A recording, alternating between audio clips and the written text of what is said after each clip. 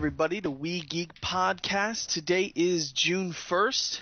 Again, you listen to us on the N.FM. My name is Adam, joined as always by my good friend Logan. Hello.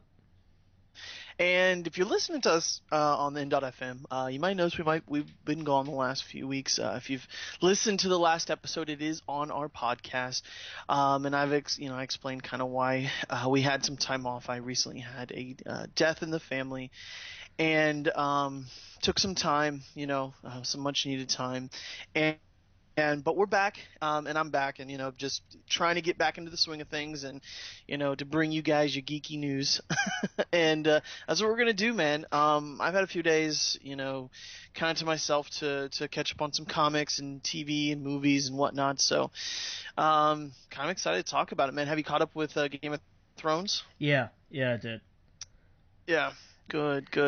And yeah, I mean, if you guys listen to us live, definitely go back and check out the episode we had last week. I don't want to go too much into it again, but yeah, it was a great episode. It's actually really long. I think it was like almost 3 hours, right? Just about, yeah. Just about, yep. So go check that out. And again, yeah, just do that. So anyway, let's get into it. There's really no way to segue out of that. Right.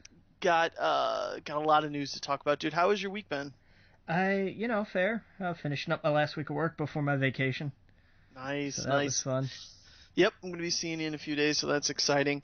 And yeah, I mean, my week's just been rough. Like I said, my grandmother passed away, and so I've just been kind of hanging out with my grandfather. Just trying to keep him busy, and just hanging out with him, and then when I got some time, alone, I was able to catch up on some TV shows, and it seemed like every finale for like the CW hit last week. Yeah.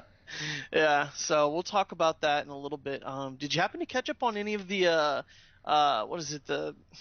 some Legends of Tomorrow? I haven't yet, no. Oh, okay. Yeah, you definitely gotta do that, man. It's so good. I'm behind on that. I'm I think two or three back on Arrow still. Yeah. Did you see Arrow got a lot of backlash because people thought their season finale was a little dull? I heard people didn't like it. I know nothing about what happened, but yeah, I heard that it did not rank very highly. Yeah, I mean, it wasn't that good, but I didn't think it was as bad as everyone was making it out to be. It wasn't too big of a game changer. I mean, it wasn't as good as The Flash. I think that is extremely hard to top. Yeah, well, nothing game changes like The Flash. I mean, right. they've had two season finales, and they've done some pretty heavy stuff with both of them. Exactly. Yeah. Surprisingly, this ended a lot like how I see the Netflix shows end, where there's usually not that big of a game changer. It kind of ends in a nice little bow tie on top. Yeah. Nothing crazy at the end. There's no, like The Flash does, or something. Right. So yeah. I think maybe that's, I don't know, but we'll get into all that in a little bit. And I won't spoil anything, but caught up on Game of Thrones, and one thing we are going to talk about Uncharted at the end, and I actually I have three or four chapters left, maybe three, but we can talk all the way up to the very end. Yeah, oh man, yeah. When I almost want to we'll talk about up to where you are, and then we'll have to finish it next week because the ending of that is so good. Okay, yeah, we're gonna have to. I got sidetracked, and I had so many things I had to do, and I didn't really have time, and I caught myself today. I was playing some Doom, and I was like, oh no, I gotta do some Uncharted. And as soon as I did that, something came up, and I was like, dang it, and I had to go. I was hoping to finish it today, but I just didn't get a chance. But it's so good, it's so good.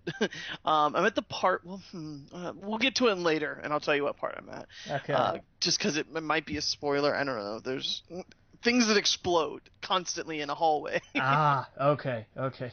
I don't you can say the phrase exploding mummies, and it's not really a spoiler because that's kind of par for the course.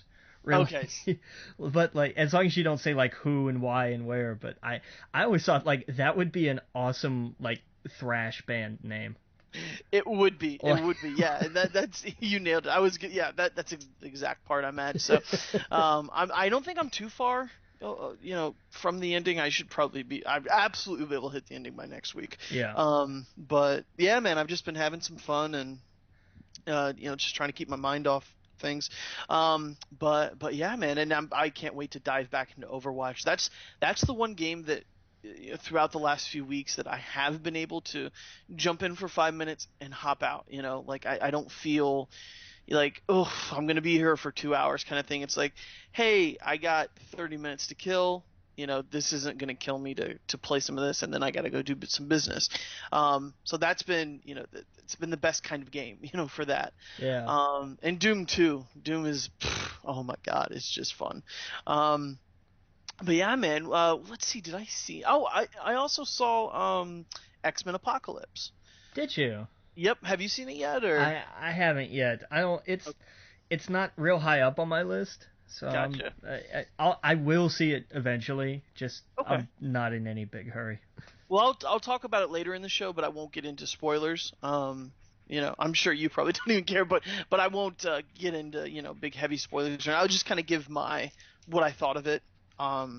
And so far so forth, kind of towards the end of the show when we get into reviews.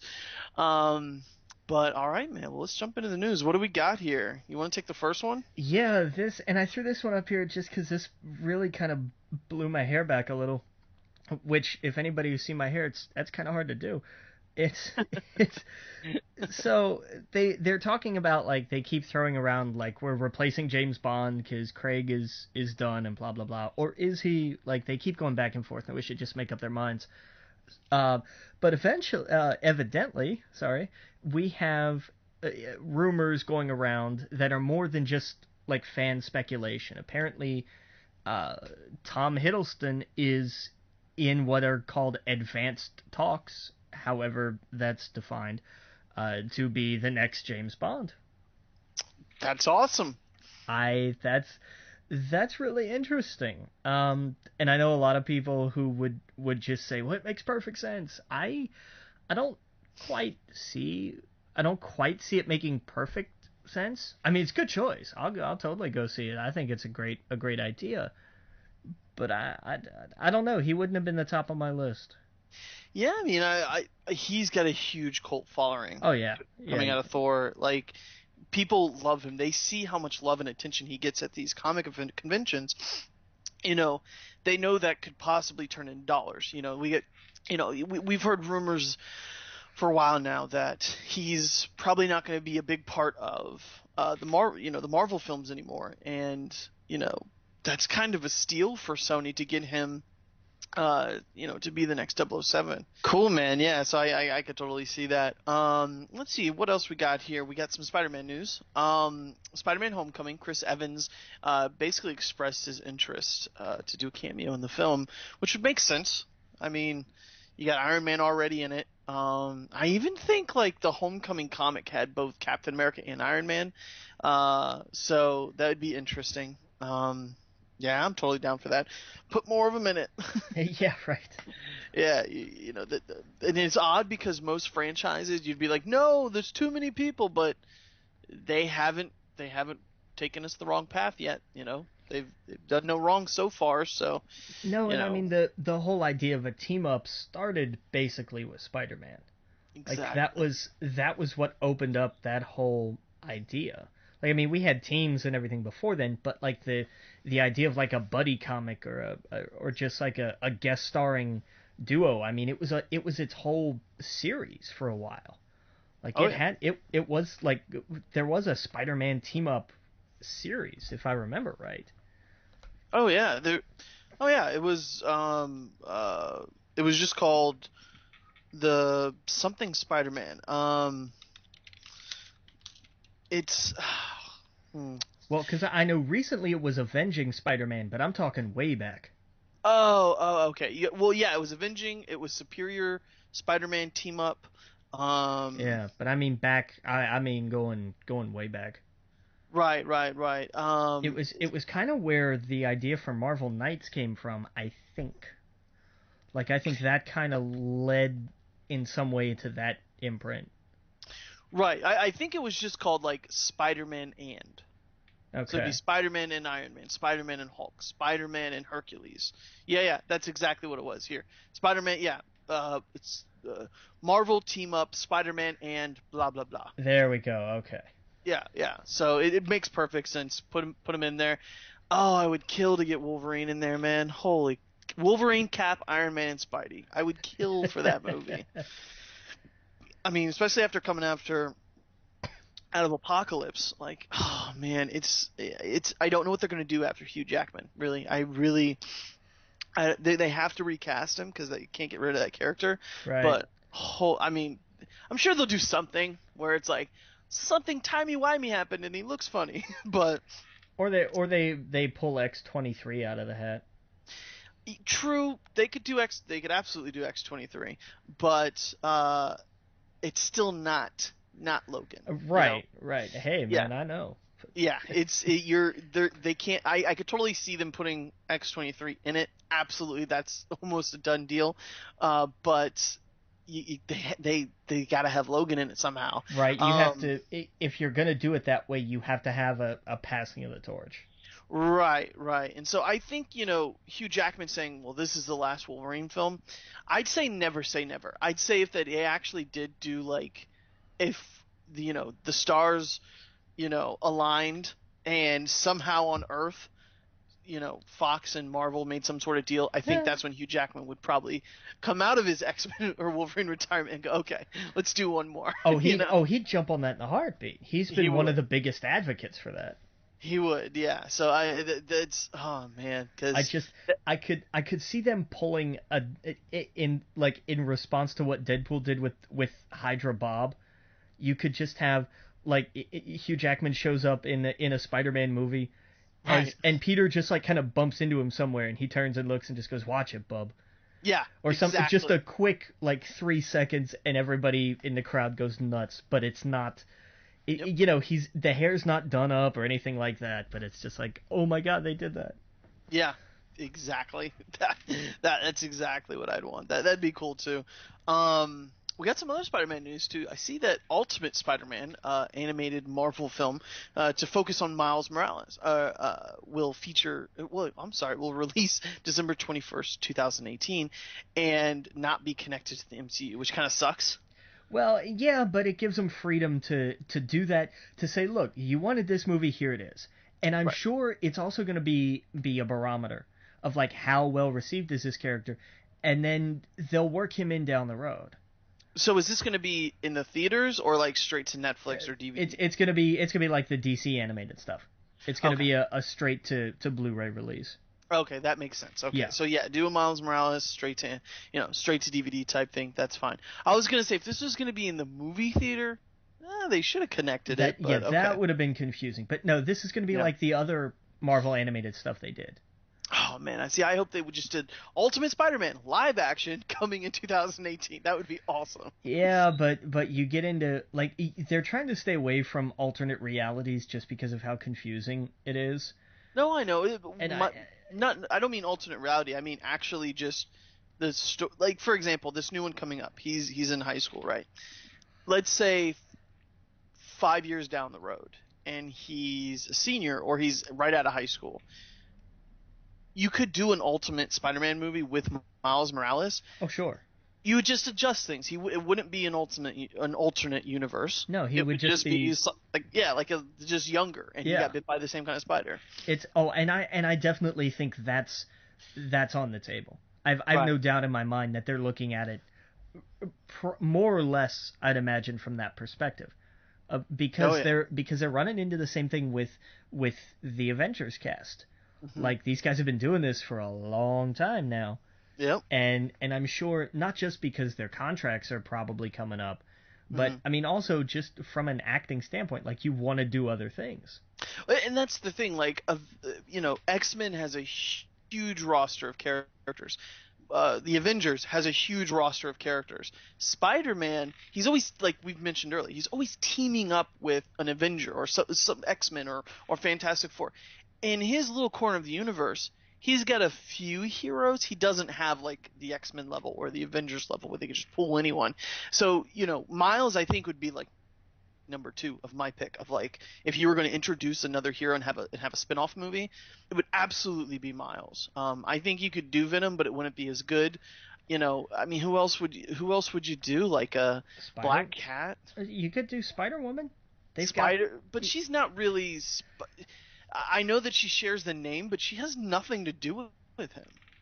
Yeah, and that's true. All right, so we'll go Silk. Silk, yeah, but see again, I think Miles is the. I agree. I agree with your point. I do. I think he's definitely the second most visible spider person. I wholeheartedly agree with that. I'm just saying there are some other options. Mm-hmm. And especially like if moving forward, if we're gonna get a Ms. Marvel movie at some point down the road, I think a Silk movie would do better than a Spider Woman movie. I think you could totally start to move down that kind of That's true. Just keeping it with youth. And why not do both? You could have a Silk and a Miles Morales movie. And now that I think about it, now we can do Spider-Man and movies. You know what I mean? Yeah. Like we can do, this one's gonna have, Cap or we know it's gonna have Iron Man, might have Cap. The next one could have Hawkeye or pretty much anyone at this point. From the Marvel, Disney side of it. Right. And who knows? Maybe at that point, maybe Fox's play game back then that would be to Spider-Man and Deadpool, Spider-Man, Wolverine, like. Yeah, whew. I mean, let's let's crunch some numbers here. I mean, X-Men Apocalypse did what over the 4-day weekend? I don't know. What did it do? Did it break 70? Because it was sitting at 60 some for the 3-day. That was without factoring in Memorial Day. So I don't imagine the 4-day was a whole lot higher. Let's see here. X-Men Apocalypse takes hit. It did 65 million. Now is that 4-day or is that 3-day? I think that's just 3-day. Memorial Day weekend, 65 million. Wow, damn. I don't know.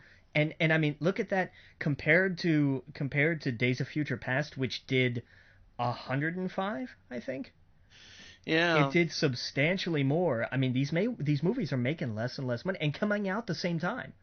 Yeah. Days of Future Past was 2 years ago on Memorial Day weekend, and it made it still wasn't a smash, but it made good money. I mean, and it wound up being a success, but it wasn't by what they were looking for. Right. Apocalypse's numbers are not great. I mean, even worldwide, they're not real fantastic. No, they're not. Yeah, I mean, spoiler alert, I thought it was much better than what a lot of the critics made it out to be. Yeah. I thought, it wasn't. I thought Days of Future Past was better, but to me, this was up there with the top of the best of the X-Men films. The new cast is, what's her name? Sophie Grace, for Turner. Turner. Why did I say Grace? Okay. So Sophie Turner. Who's Sophie Grace? Yeah, Sophie Turner, just amazing as Jean Grey. Nice. Just totally stole the show. And whoever the kid is that plays Cyclops, like you actually feel like this is an X-Men team, and not like in the First Class where it's like, who are these? Alex. I guess Alex Summer and Beast was like the most like you knew who they were, but Banshee was and like just a bunch of Angel as the fairy. A lot of why did you choose these? Or this, it was like Nightcrawler, Cyclops, Jean Grey, like Quicksilver. Like it was like, oh wow, this feels like an X-Men team. Right. Yeah. And it really did.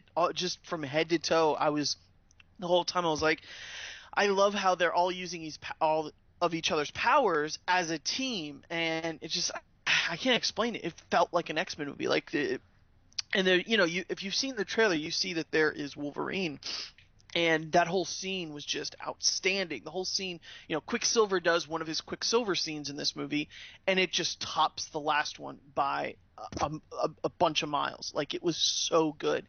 Nice. It was really long, but those moments, though, were just outstanding. So it does suck that it's making less, but who knows, man? Maybe this will make, Fox go, let's make a deal. Let's, it's working out. The real thing, and like you've said before a million times, it's going to be what happens with Spider-Man Homecoming. Yeah. When that movie comes out and makes $140 million opening weekend, Fox is going to sit up and take notice. Yeah, they're going to go, you know what? Why not give people what they want? Yeah. It's only going to work in their benefit. Yeah, and Apocalypse Over the 4-day weekend made just shy of 80 million, Yeah. which is better, but still not. I mean, when that's come down from how much, and I'm trying to find because Mojo isn't working real well mobily for me, so I'm trying to find Days of Future Past numbers for the same, because it came out it came out Memorial Day weekend in Right. 14, and its opening was, nope, hang on, that's last year, that's wrong weekend, 23rd through 26th, 110 million. Was that last year or the year before? Year before. Year before, okay. And Yeah. like, for example, Civil War opened at 190 million with 2 Right. days, And or one less day. Yeah, and that's both of these openings put together. Yeah. Civil War made in its opening weekend what both of the last X-Men films did in their opening weekend. Exactly. And that, Yeah. that's all. We'll see what happens with Spider-Man. I think it can do it. I think it, it's, hopefully Fox is going, you know what, maybe let's make a deal, because, oh my God, like, that would be amazing. Yeah. Yeah. But we got a lot more news to talk about. Here, you go ahead and take the next one. Yeah, I this was interesting because I'd never even heard of this. Tony Cliff did a graphic novel called Delilah Dirk and the Turkish Lieutenant. Never heard of it before. Nope. But Disney picked up the rights, and they're going to do a live-action film to it. And from what little synopsis I read of it, it seems like an old-time adventure piece. Like kind of a Pulp Fiction era sort of, like you would expect, we're going to talk about Doc Savage here in a couple minutes. Like that kind of era and that kind of, chiseled jaw hero and whatnot, except with a female lead. Right. And being, not like traditional American, but being more culturally diverse. And I thought, well, now that's interesting. Mm-hmm. So, It describes it as a female Indiana Jones. basically, yeah. Right. Well, that's cool. So I thought that was interesting. And it seemed like it plays more like like they would back in that era. There was a note on part of it that was like, and she's a renowned sword fighter, and they made a note in parentheses of like trained in 47 styles of sword fighting. I was like, that's old school. That's old timey right there. Oh yeah. So she's traveled to Japan, Indonesia, France, and even the New World, using skills she's packed up along the way. That's cool. Yeah, no, flying boat and newfound friend. There we go. See, I'm in. Right Yeah. there. Yeah, it definitely sounds like a pulp kind of just fun Indiana Jones type comic. Yeah. That they're going to make into a movie. That makes sense. I'm looking at it right now. It has Disney written all over it. Oh, sure. Yeah. All right, let's see here. What do we got? You want to talk about Doc Savage? Yeah, we'll kind of just roll right into that because The Rock, of all people, has confirmed he will play Doc Savage in the movie that they're doing. Shane Black is directing, which makes sense. Makes perfect sense. Yeah, see, I don't know anything about Doc Savage. Doc Savage is... God, Doc Savage was like a 20s comic strip adventure hero. He was like that archetype. Mm-hmm. You put all of this together, that's Doc Savage. Like you think of like if Nathan Drake is kind of like the modern interpretation of that. Mm-hmm. Whereas he's, it's still the same sense of adventure and everything, but he is, he's flawed, he gets beat up and he gets outsmarted. That's kind of the evolution of that character. If you took like an idealized version of that character, you would get Doc Savage. Like it's exactly that image. Square cut jaw and the muscles and the shirt and the heightened intelligence and all of that. He was a superhero before there were superheroes, pretty much, it looks like. More or less. He was they're billing it as like he was the world's first superhero, which in this context, yeah, you could make that argument. Like that's right. It's a bit of a stretch because it wasn't really like he didn't have superpowers Right. per se. It's basically Batman without the Batman persona. Exactly. Yeah. That's yeah. There we go. Yeah. That's kind of a great way to put it.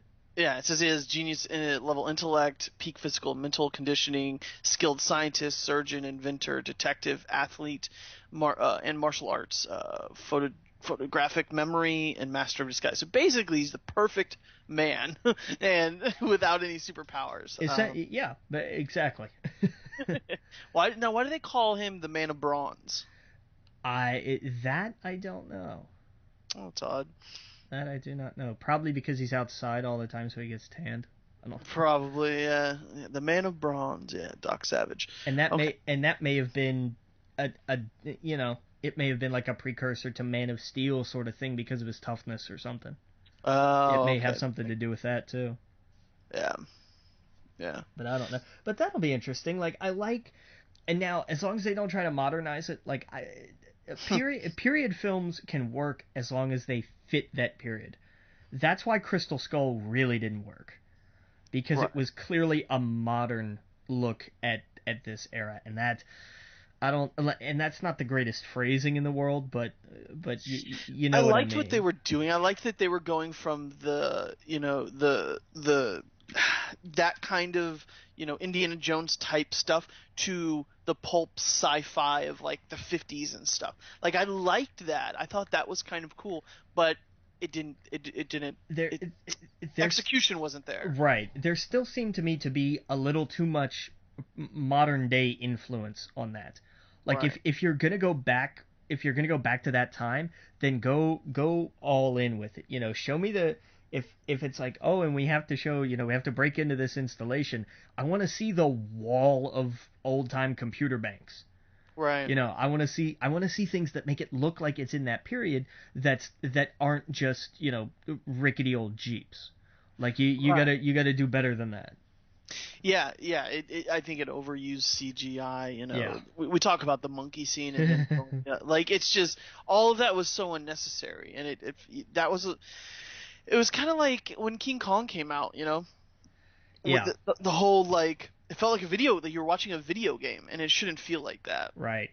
Yeah, you can make it suspenseful, you can make it amazing and exciting without making it look like a video game. Like it's like the prequel Star Wars movies, the way they were jumping over things. I was like, this looks just like you're playing a side-scroller video game from the 90s. Yeah. Like, duck here, roll there. Like when she's on that, the scene in, the Star Wars one, where she's Padme, where she's rolling across that belt thing. Attack of the Clones. Yeah. Attack of the Clones. That whole scene. I was like, this is like a video game level. Yeah, that whole conveyor belt bit was just. Exactly. Yeah. I hate that. And instead of getting more of the, the scenes that you get out of, Temple of Doom and stuff like that, like. Right. Actually shot things, and I think they did the best example of the way of mixing the two is what they did with the new Star Wars. Agreed. Yeah, it was some of that, but it felt real. They were really there. They were running and dodging all these explosions, but it didn't feel like you were in a video game. Sorry, got sidetracked. That's all right. But we're going to take a break. Again, you're listening to We Geek Podcast on the N.FM. When we get back, we'll get more into some movie news, TV news, video games, and some reviews. We'll see you guys all in a minute. Welcome, everybody, back to We Geek Podcast on the N.FM. And we just got done with some Doc Savage news, and now we're going to get into some Kingsman 2. Apparently, Jeff Bridges joined the cast of the upcoming sequel, and we don't know what his role is. What do you think of this? I see retired American agent. Like, yeah. Just because Jeff is no spring chicken, but there's I don't know, like and who knows, I may be completely off, but like it's interesting to see this cast taking shape. Like you've got Jeff, you've got you've got Elton John and Channing Tatum, and now Jeff Bridges. It's like a more serious Austin Powers, right? But not as serious as Bond.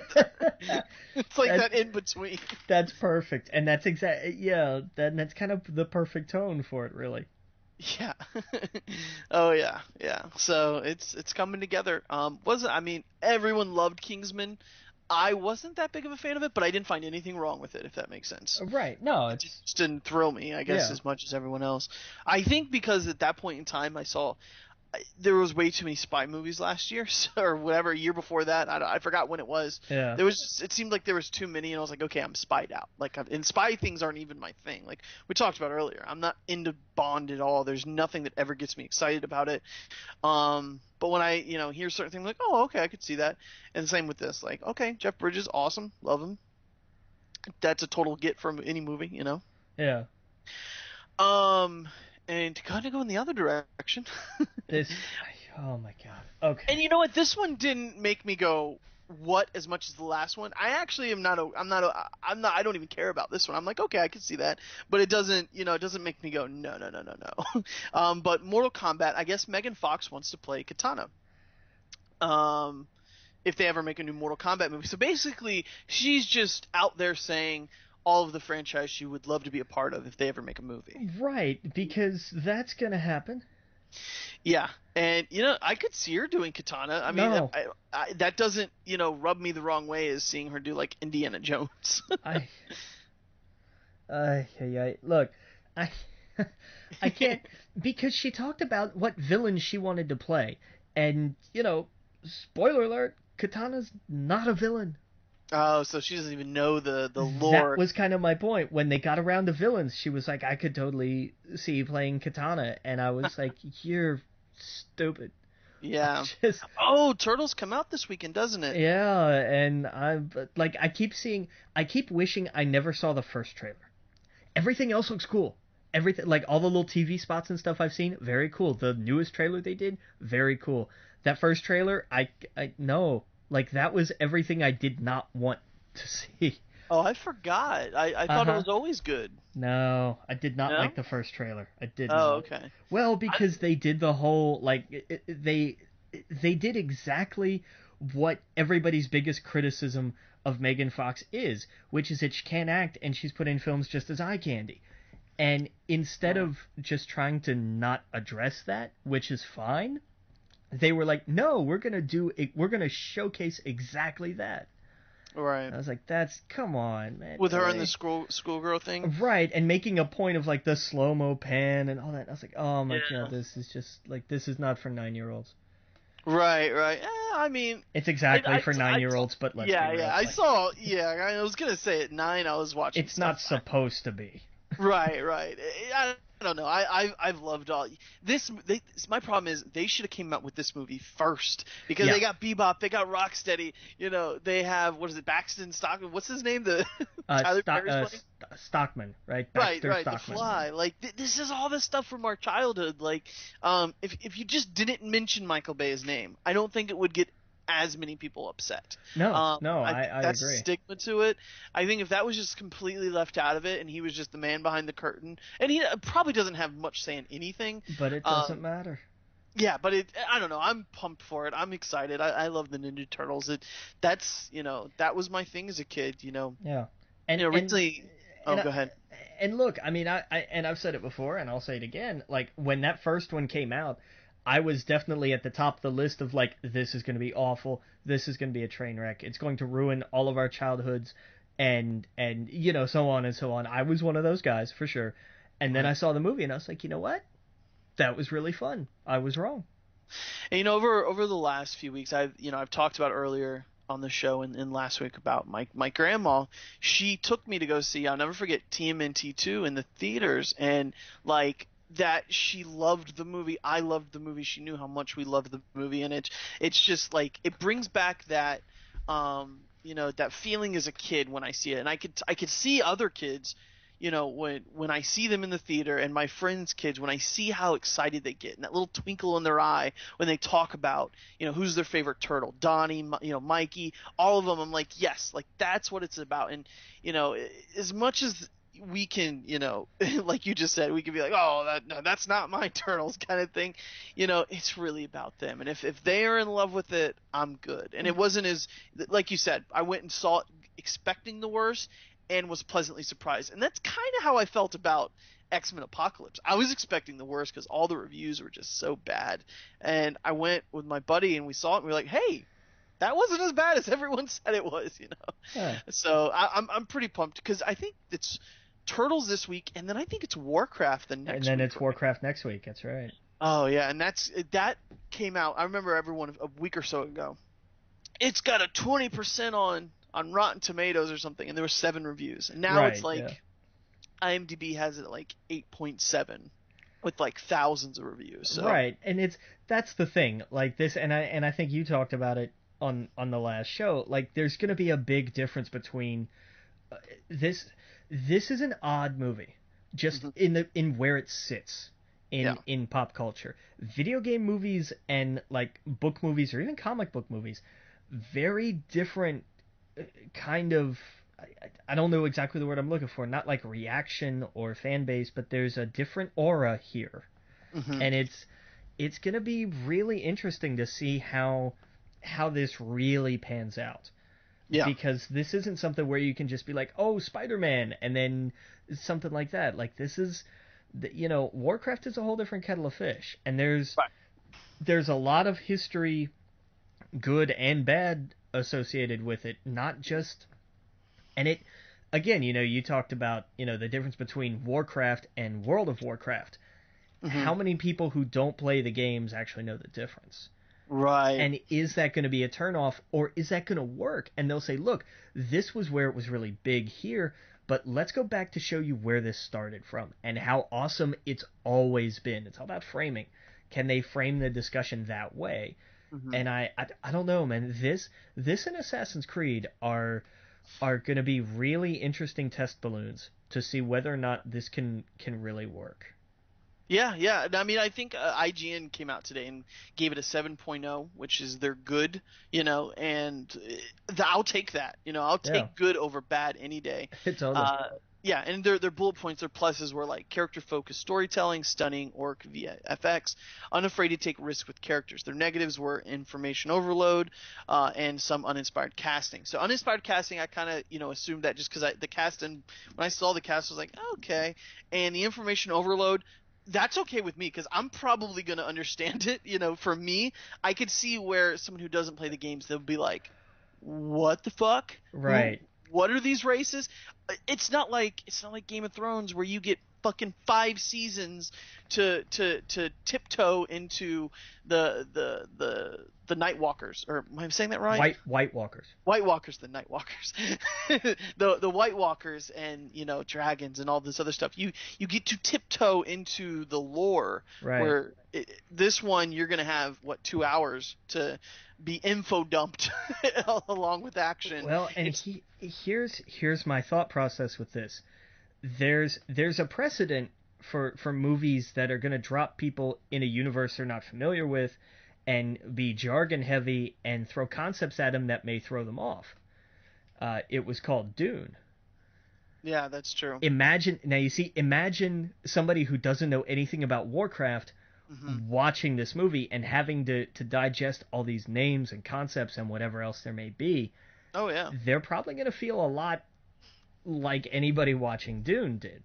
Yeah, no, see, this is why I always thought Warcraft would have made a much better TV show. If AMC or HBO, oh god, if HBO would have picked up Warcraft, the TV show, holy fuck. But yeah, if this would have been made into a TV show, I would have been way more comfortable. I would have been like, okay, we get to tiptoe into the lore now. Right. We could have a whole episode, a whole fucking hour on one character, and a whole season on. It would be so much better. But it's weird that we're at that state. We're at that stage of entertainment where we'd rather have a TV show than a movie. Right. Because I feel that about so many things, Well, and that's the problem with developing properties, is that that you run that risk from a narrative standpoint of, can we condense this? And the biggest problem with all this, the reason why this is such an issue now, is very simple. It's money. Yeah. It's because none of these movies cost less than $100 million. So, and let's be fair, TV production isn't cheap either. Right. And you have to be able to pitch it to a network. You have to be able to entice advertisers to come on. You have to be able to stay under budget per episode. Like, The only reason you couldn't do it on TV, I think, is because the orcs and the Taurens, and like with the reason why Game of Thrones gets away with it is because their CG is so limited to White Walkers and a dragon or 3 or whatnot. You're not like the entire race of people that you're going to have on screen complete CGI. They wouldn't be able to do that. They would have to be like just creatures or costumes. You know what I mean? With like paint or something. They wouldn't have been able to do the big CGI orcs as a TV show. I don't see how they could do that. Right, they would have gone way over budget. Yes, they would have. So I see why they would go movie. I can't wait until hopefully this does good. It did good worldwide. I looked at the numbers. They were great for world numbers. I hope it does good in the United States. I hope it does good enough for them to go, okay, just like the Turtles did, for them to go, let's do another one. And then we get the sequel that has some more, like, Thrall. I want them to jump 10 years, not 10 years, like, they need to jump, like, 20 years later, where Thrall is an adult, World of Warcraft is going on, and you have the story that most people are totally into. Now, don't get me wrong, there's a lot of people screaming right now probably saying, Warcraft 1 and 2, the games are the... I know. But I want the Tauren, I want the undead, I want the Warcraft story that I spent 10 years playing. Because all this prequel stuff is great and all, but I know the bigger battle. I know what happens when they go, to Outland and all these other fucking amazing places, and when they fight the gods and the old gods and all this, like all that lore stuff. I can't wait for them to dive into. And in this movie, they're just meeting.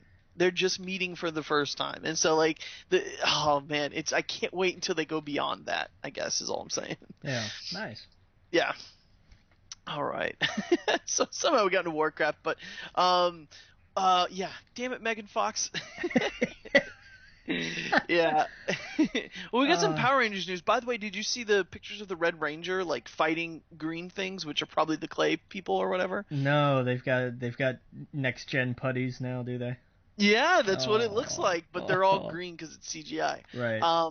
But yeah, it showed the Red Ranger like fighting with his mask up and stuff, and it doesn't look like Power Rangers. It looks like a ripoff where they took like that Superman. You had me watch the documentary with Kevin Smith and the Superman, the death of. What they were making Superman's suit out of, that's what it reminds me of. Yeah. Yeah, it's a great way to put it. Like this stuff. I don't know. I want a solid red piece, and a solid red piece on the leg, and a solid red. You know what I mean? Like, yeah. It just looks funky, but yeah, he's like fighting like, CGI clay people or whatever, or putty people. I'm sorry. But anyway, Lionsgate CEO John, how do you pronounce his name? Feldheimer says studios open to making a total of 8 films in the franchise. Holy shit! Yeah, they're pull the reins back. Right, a little bit there. No wonder their stock price went up. Yeah, but I mean that's. I'm just waiting for them to they're gonna ride on this for a while, but I'm waiting for them to announce what they're doing with King Killer Chronicle. Like that's. Right. Well, okay, so Lionsgate has King Killer Chronicles, it has Power Rangers, it also has Warcraft, right? Does Lionsgate have it? No. Who's doing Warcraft? You asked me too quick. I know this. I'll have to look it up. It's terrible. Well, because this is one of those, like, I should know. Like, there's no... I thought they were doing Warcraft. I don't think so. Are they? I know Lionsgate is also doing is it Legendary? Legendary, that's Legendary. It. Okay, so Legendary's doing Warcraft, Legendary's also doing King Kong and Godzilla, right? Right. Okay, all right. Warcraft, okay, it's being released by Universal Pictures in the United States. Yeah, different studio and distributor are very different things. Okay. It's a partnership between Legendary Pictures and game developer being released by Universal Pictures. Okay, yeah. Gotcha. Yeah, it's video games, you have a developer and a publisher. Same deal. Right, okay, gotcha. So production was Legendary in junction with Blizzard Entertainment. That's cool. It's awesome. Yeah, I heard that the guy who did I was watching a video today and it said actually, give us just a moment. We'll be back. We're going to take a quick break, and I'll get back to my train of thought about the Warcraft movie. You're listening to We Geek Podcast on the N.FM. See you guys all in a minute. Welcome back to We Geek Podcast on the N.FM, and sorry about that. Let the time get away with me last time. Now, I wanted to mention, I couldn't find his name on the break, but I wanted to mention, I was listening to Duncan Jones on the Nerdist podcast, and he talked about how one of the guys working for the film, I'm not sure exactly his role, but basically he was just an artist, just doing whatever, loved the Warcraft games, was obsessed with them, started drawing fan art and sending it to, Chris Metzen and all the people over at Blizzard, and they loved it so much, they hired him to be like a part of Blizzard Entertainment, to do like storyboards and stuff like that, I think. And they liked him so much with doing that, he was a part of the production of the movie, like to help out with, concept art, I believe is what it was. And I don't have his name or anything like that, but I thought that was so cool. Like, some guy just sent in some fan art and now he's working on the film, and I thought that was so cool. Like, I watched a few videos today of like Chris Metzen talking about going to the set, and you see him on the set and you see that he's a peddler in Stormwind, and he's walking up to certain shops, and if you've ever played the game, these shop names, and their signs are right where they're supposed to be, and all the little baskets are exactly where they're at in the game, and the board that the bulletin board that has all these things on it, has Hogger, wanted Hogger sign, and all this stuff that if you played the game, and it's like, and he started tearing up, and I was just like, oh, I can't wait for this. Like, I don't even care if people who don't see it, don't get a kick out of it. I know I'm gonna love those kind of scenes because it looks like it has a lot of fan service. So nice. I thought that was pretty cool. Wei Wang, is that who you're looking for? That's probably it. Yep. He was definitely Asian. So, but I can't think of the name and I can't find it. But I'm glad you did. But yeah, dude, that's awesome. Like, what a cool story, right? Right. Yep. We got some more movie, not too much though. We'll get some TV.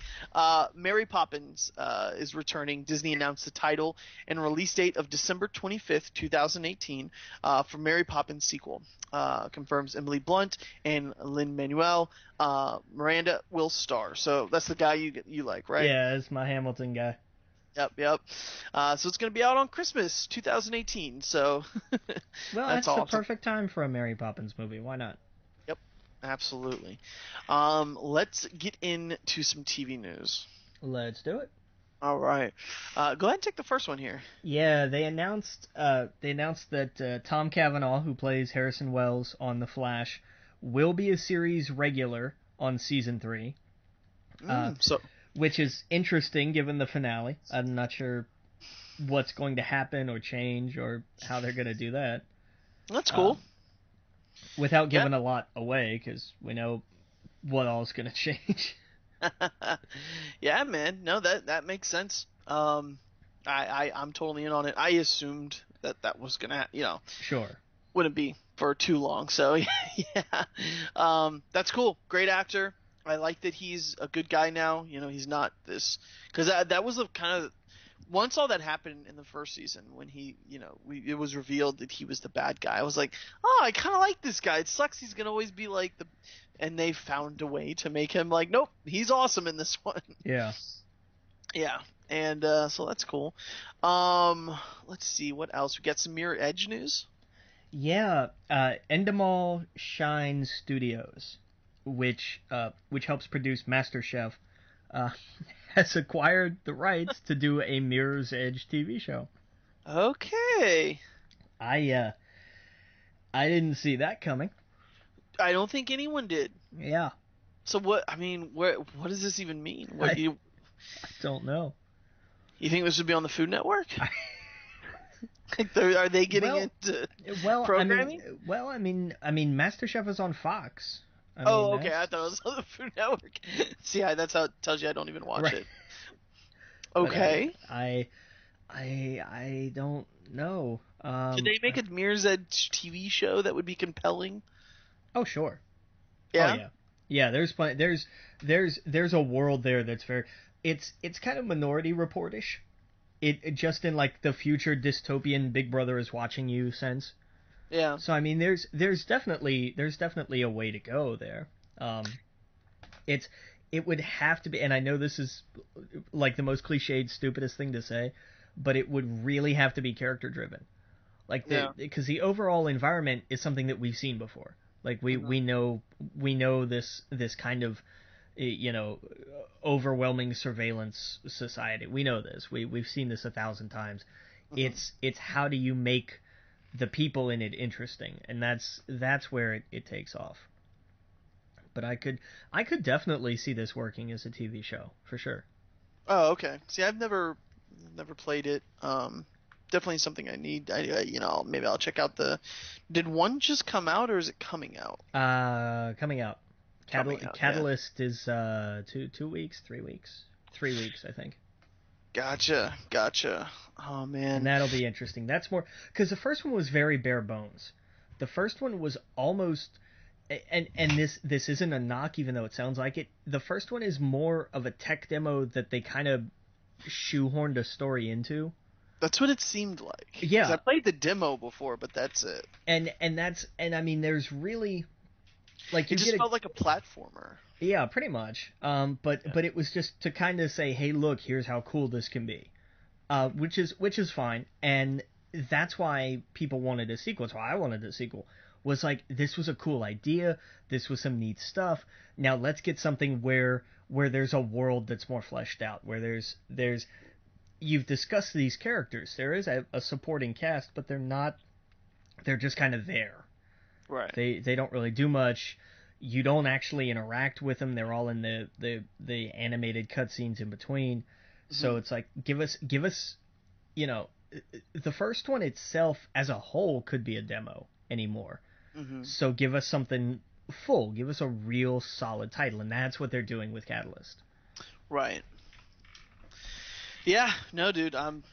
Yeah, I'd be in. I guess. I'd want to see more about it. Did you see that? That FX ordered the X-Men drama Legion. Did they actually give it an order?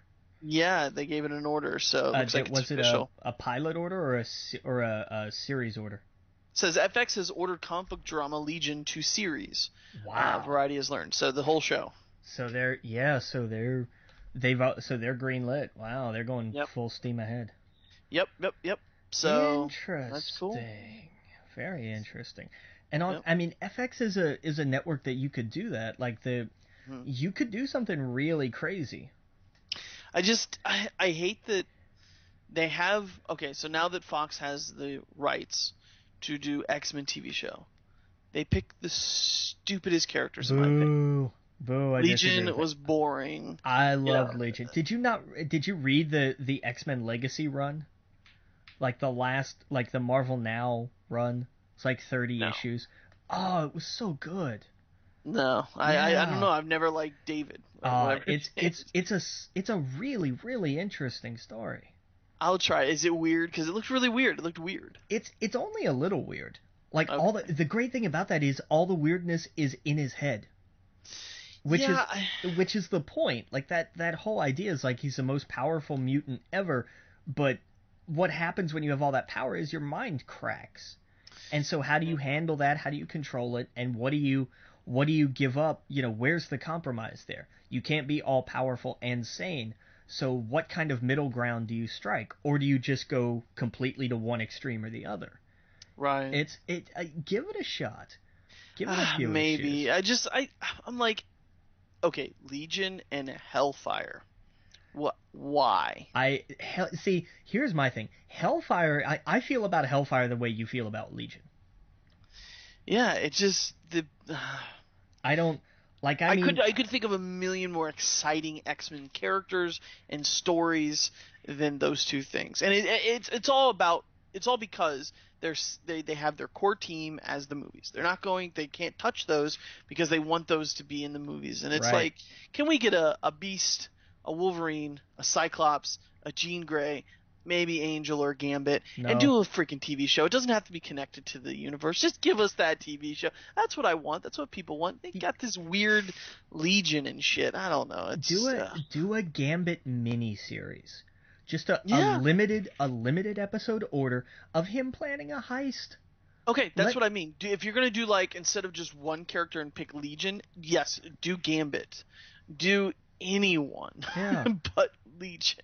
I just find it boring. Man, check out some of the X-Men Legacy run from this last imprint. Give it an arc down. And see if it's, and maybe you won't maybe it won't change your mind, who knows. But I was somebody I came to that character and I kind of had the same thought because I kept thinking they never did anything interesting with him for me. And then I read that arc, and I was like, wow, I actually really enjoy this. I like this guy, and I see where he's going and where he's coming from, and I was interested in him. I was really invested in it. Yeah, we'll see. Give it a shot. Give it a shot. Maybe it doesn't change anything, but try it anyway. Yeah, well, I'll definitely check it out. I just wrote it down, so. But I mean, you could do. I agree that there are more recognizable characters to do, and there are more easily adaptable characters for sure. Oh yeah, there's no arguing that. Yeah, I mean even do Nate Gray or Nate Summers, do oh god, there's just so many characters that you could pick from. A Cable TV show would be awesome, or a Bishop TV show would just be fantastic. I'm just okay. But anyway, so that got picked up. Right. It's good to go. Interesting. Yeah. Very interesting. Oh, so we'll be seeing that probably next fall then. It'll be Be fall. Did you see any of Preacher? I haven't yet. Oh, okay. I haven't yet. I did. Yeah. Yeah. It was. We'll see. Oh boy.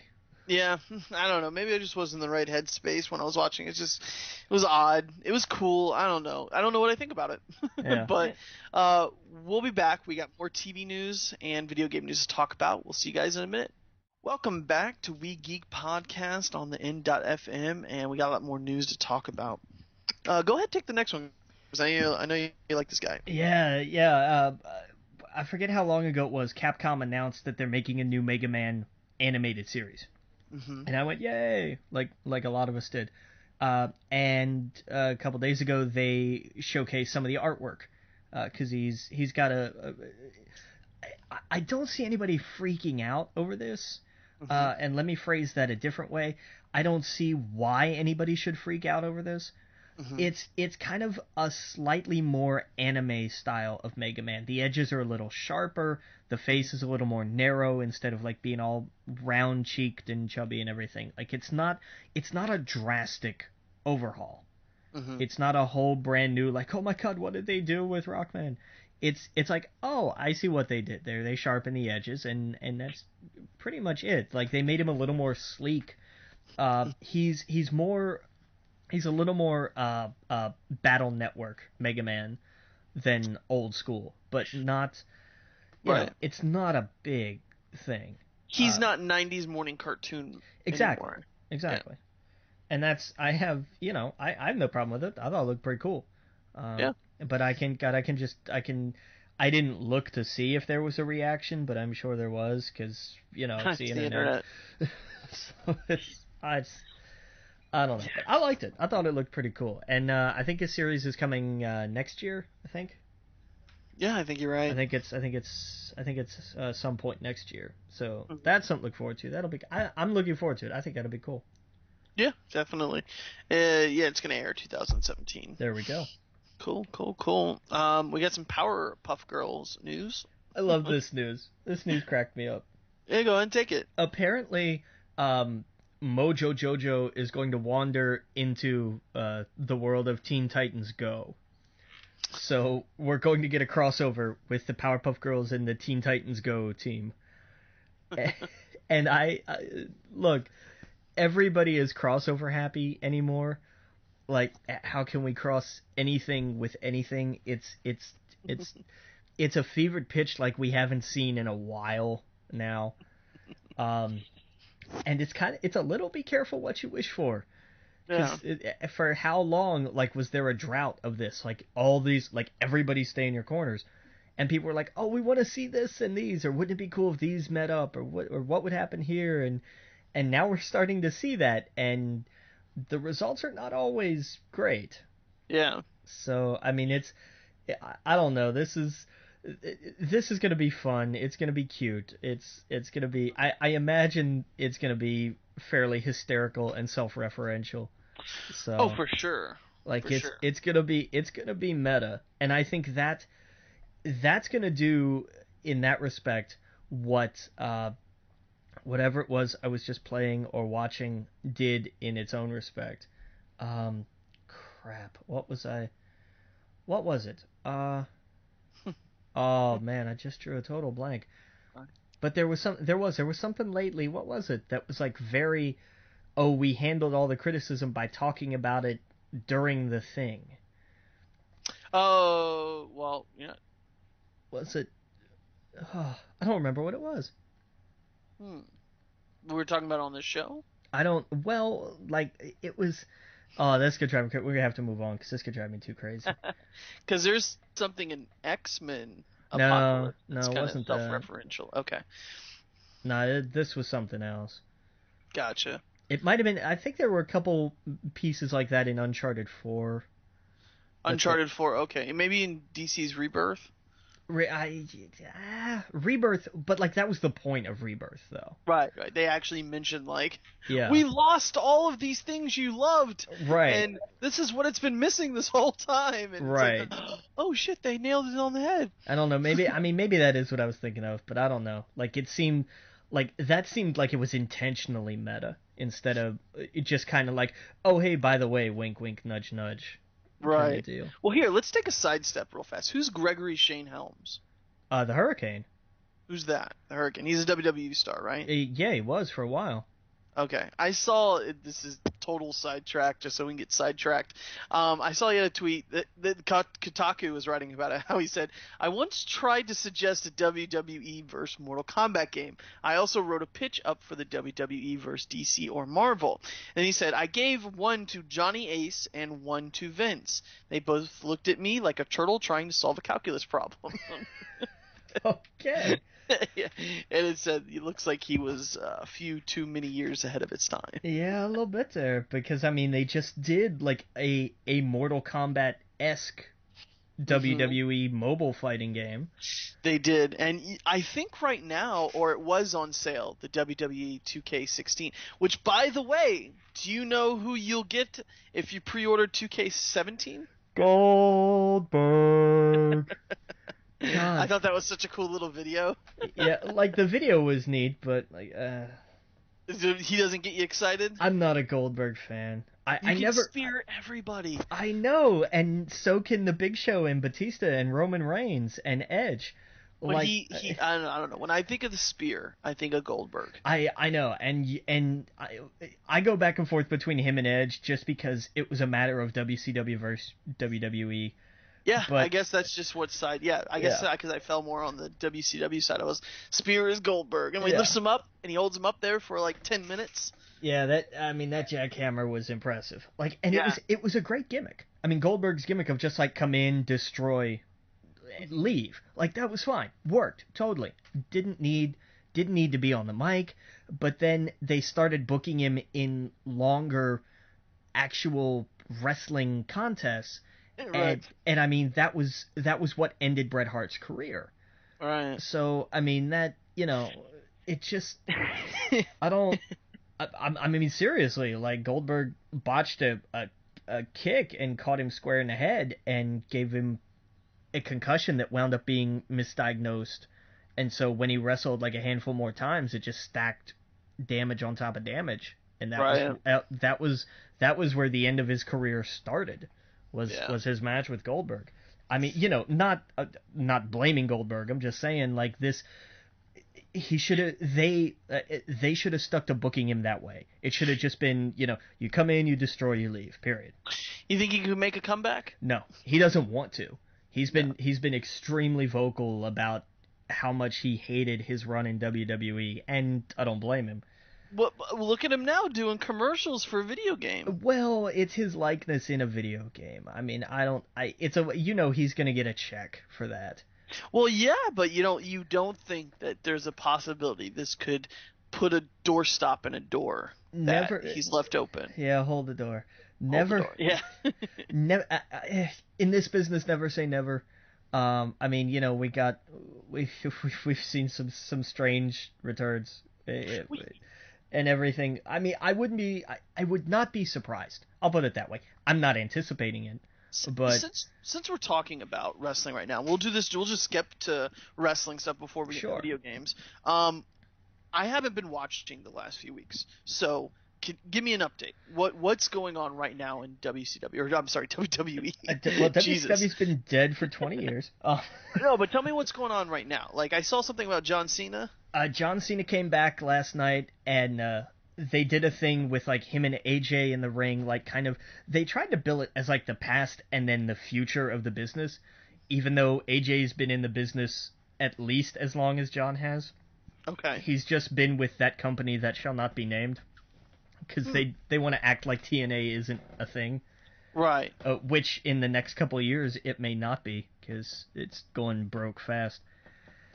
But they tried to bill it that way, like AJ is the future and John Cena is the past, and I was like, guys, we're not that stupid anymore.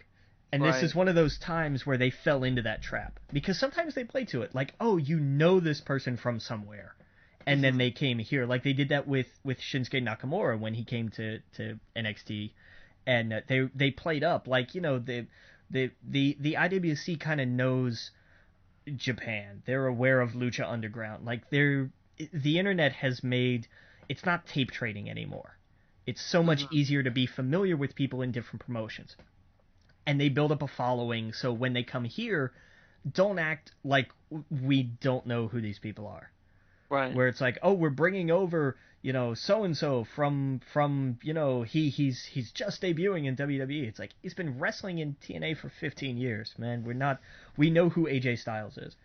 But and they played to that when he debuted in the Rumble, but then like they kind of forgot that a little bit on Monday Night Raw, where it was like, and now AJ's the future. I'm like, AJ's got a lot of miles on him. I mean, I love AJ to death, but like he's not got but a handful more years, the same as John Cena.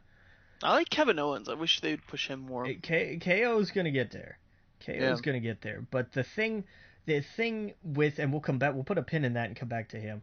But the thing with Styles and Cena was then the club came out, which AJ had been trying to distance himself from, because he wanted to beat Roman clean and win the title that way, and blah blah blah.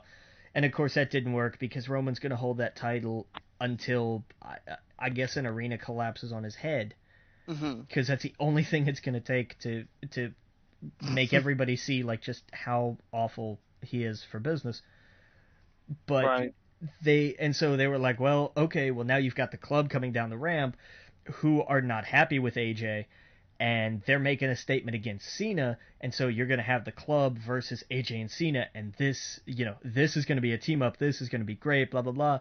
And then AJ laid Cena out, and the three of them beat the hell out of him. So that was awesome. It was like, just to see, like, oh, by the way, because John made a whole big thing. His speech ended with like, and the future damn sure better go through me, or something like that.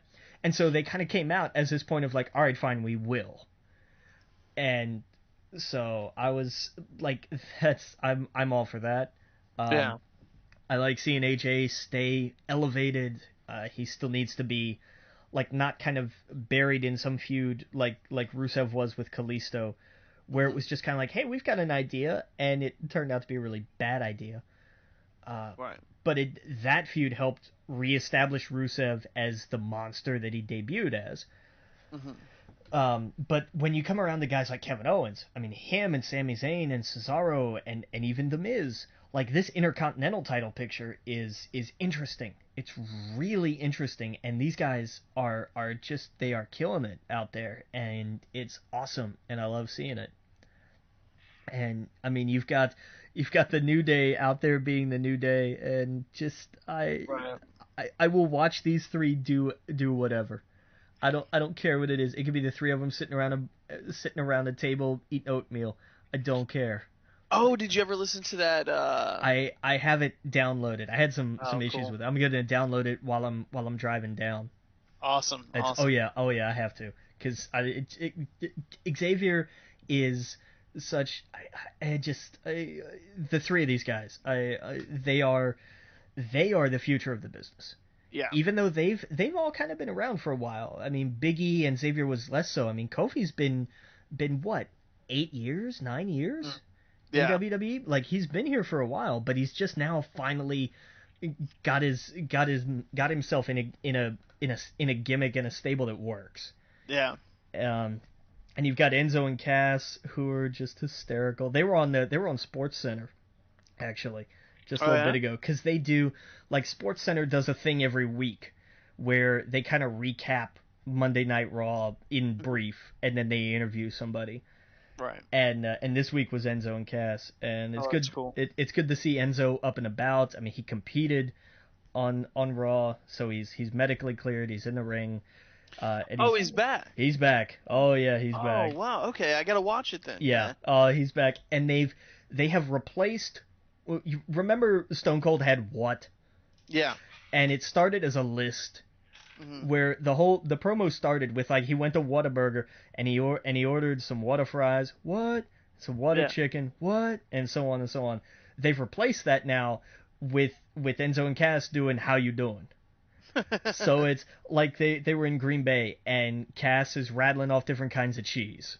It's Right. like, you got sharp cheddar, how you doing? Mild cheddar, how you doing? Medium cheddar, how you doing?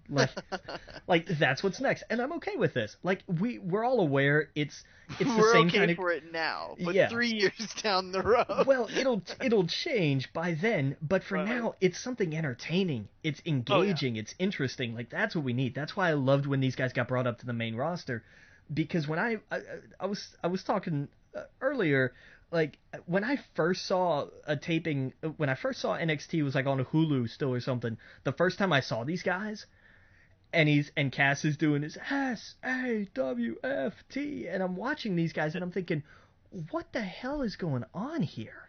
Yeah. And then the more I saw it, the more it kind of grew on me. And so when they finally got the big call, I was like, all right, let's do this. Oh yeah. And Oh, yeah. they are electric out there. They've I love what they've done with Big Cass, because he's not just a big strong dude whatever. He's got his own personality, and he can carry himself not just in the ring but on the mic as well. Yeah. And that's a big deal. Hmm. Yeah.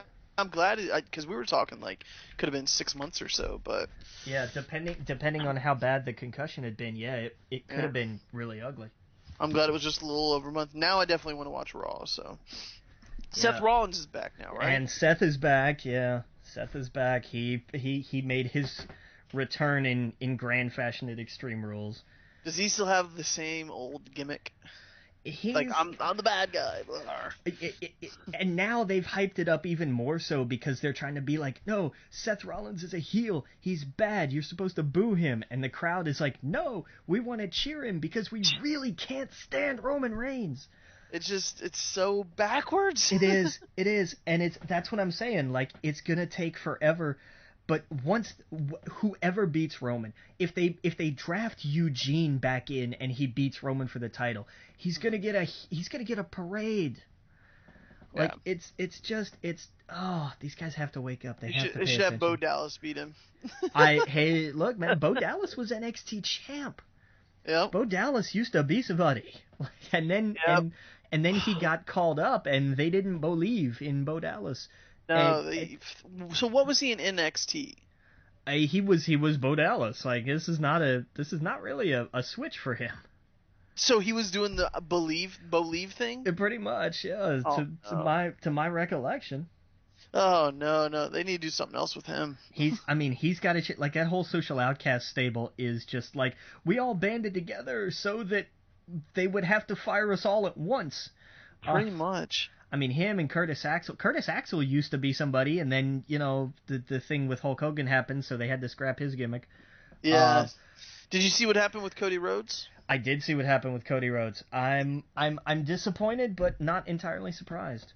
Yeah, I guess now he's going to his next match is going to be August 27th against Kurt Angle. Well, there's an interesting duo. Yeah, but that's what promotion is that for? Do you know? Is that New Japan? New Northeast Wrestling. Oh, even better. Like, yeah, there's New North as baseballs as the 3 baseballs for some reason. Wow. Okay. As the logo for New Northeast Wrestling. Okay. Yeah. But I mean, that's what happens with WWE. Like, the talent kind of gets squandered, and it's sad. There's so much potential on so many different levels. Like, I just Yep. Jeff Hardy will be wrestling Justin Thunder Liger as no. well. Jushin Thunder Liger. Okay, sorry. Get that one. No, he's a legend. He's a bona fide legend. You got to get that one right. Whoops. Sorry. That's all right. Wait, who did now I feel like an idiot. So who did he wrestle for that would make him a legend? WWE? No, he Japan. Jushin Thunder Liger is huge in Japan. Gotcha. He wasn't on NXT? No, he did make an appearance on NXT. Okay. He and Tyler Breeze had a match, and the only thing that did was show that Liger's been in this business for a very long time. Oh, okay. Which was kind of sad, but it was just cool to see him at a WWE show.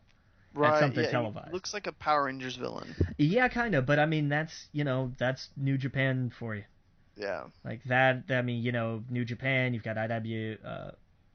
I forget. There's 4 or 5, but they're it's kind of like Mexico in the same sense of like you still have like full body costumes with the masks and everything are not they're not outrageous. Right. It's like, hey, look, it's part of the character, and that's I love that about Lucha Underground, that they still embrace that, and that's something that everybody needs to watch. Find El Rey Network if you have it, and tune into Lucha Underground because it's fantastic. Okay. All right. Well, there is our WWE. Is there anything else you want to mention? I remember we talked about What Culture Wrestling on the last show. These guys are insane because they've officially founded their own promotion now. They have What Culture Pro Wrestling, WCPW. There was a sign in the crowd on Raw last night. There was a WCPW sign on Raw. That's how nuts this is and how big this is that I didn't know about until like a month ago. Oh, that's right. I need to listen to that. Dang it. That's right. You gotta go watch those YouTube videos. Now that I'm on my own PC here, I'm gonna bookmark it now. Yeah. You gotta do that, especially because now you're gonna see, not just because their content is cool. Like I genuinely do love their content, especially, but like they've created characters. Like it's not just, hi, I'm so and so and we're running this down like we are. It's like, oh, one of the guys is King Ross. And I mean, he did the crown and the cape and the whole bit. And I mean, they're merchandising some of this stuff and everything. It's hysterical. See, this is why I think you really, really need to watch PAX Mania. Yeah. Yeah, with Dan Reichert, the Giant Bomb people, the kind of funny people, when they do their entire, like, characters and all this other stuff. It reminds me of what you're talking about. Yeah. Like... Like, I won't go into it because it's too much to go into, but it's exactly what you're talking about. Like Greg Miller, he cuts his shirt off from like right below like the chest area. It says Team Fat, and he's like the commish, and Dirty Dan Reichert's like the promotion guy, and they get outrageous. Dan Reichert goes to all the pay-per-views. He has his big signs. Who's Luigi's? You know how Mario has Wario? Who's Luigi? Waluigi. Waluigi. Okay, so like he held a sign at WrestleMania like a year or so ago. Waluigi amiibo, please. Like, and all this other stuff. Yeah, and I forgot what Jeff Grossman his character is. Paxmania. I forget what his character is, but he holds up a bunch of those signs as well. Anyway, I'm sorry we got sidetracked. It reminds me of what you're talking about. Nice, yeah, I'll definitely have to look that up. Yeah, them having their own thing. So let me make sure I bookmark that on this computer. WCPW, correct? Yeah. Okay, Yeah, it's gotcha. their YouTube channel is called What Culture Wrestling. Gotcha. And it's great stuff. And some of them are like, they do a lot of top 10 lists, and some of them are great, some of them are meh, but like all the creative content that they have on there is neat. And one of the guys, Adam Blampier, does 2 different series about storylines. One is how WWE should have booked, where he looks at like something like Goldberg, and they were like, no, here's what they should have done with Goldberg. Mm-hmm. And then they have a series of how WWE should book, where they're like, here's a thing that they have, here's probably where they're going moving forward, here's where they should go with it. Yeah, that makes sense. And some of these are like, he's put a ton of thought into this. Like they're really, really fascinating. But I loved what he did with Goldberg. Mm-hmm. Like his whole bit of just like, don't, forget all of this, we're gonna scrap all this and we're gonna start this from scratch, and here's where it's gonna go. And it would have worked out so much better. And part of that is because hindsight 2020 and the whole bit. Gotcha. But it's really interesting. And yes, he's put a ton of thought into this stuff. Yeah, no, I'll definitely got to check that out. Yeah, for sure. And you got to check out that PAX Mania stuff. Absolutely. Oh man, I'm looking at some of the signs now. He's like, I'm a Dan Riker guy, and the guy who I was thinking of, Jeff Grossman, he goes by Dr. Tracksuit, and he's all about like 90s video game culture and stuff. So like he posted a video of him like doing coke off of like an old old Nintendo, the what was the Nintendo magazine, Nintendo Informer. Power. What was it? Power. That's it. Yeah. Like doing off of an old Nintendo Power, like just stupid shit. They're so ridiculous. But yeah, man, definitely. All right, I got that bookmark. I'll check that out this week for sure. Excellent.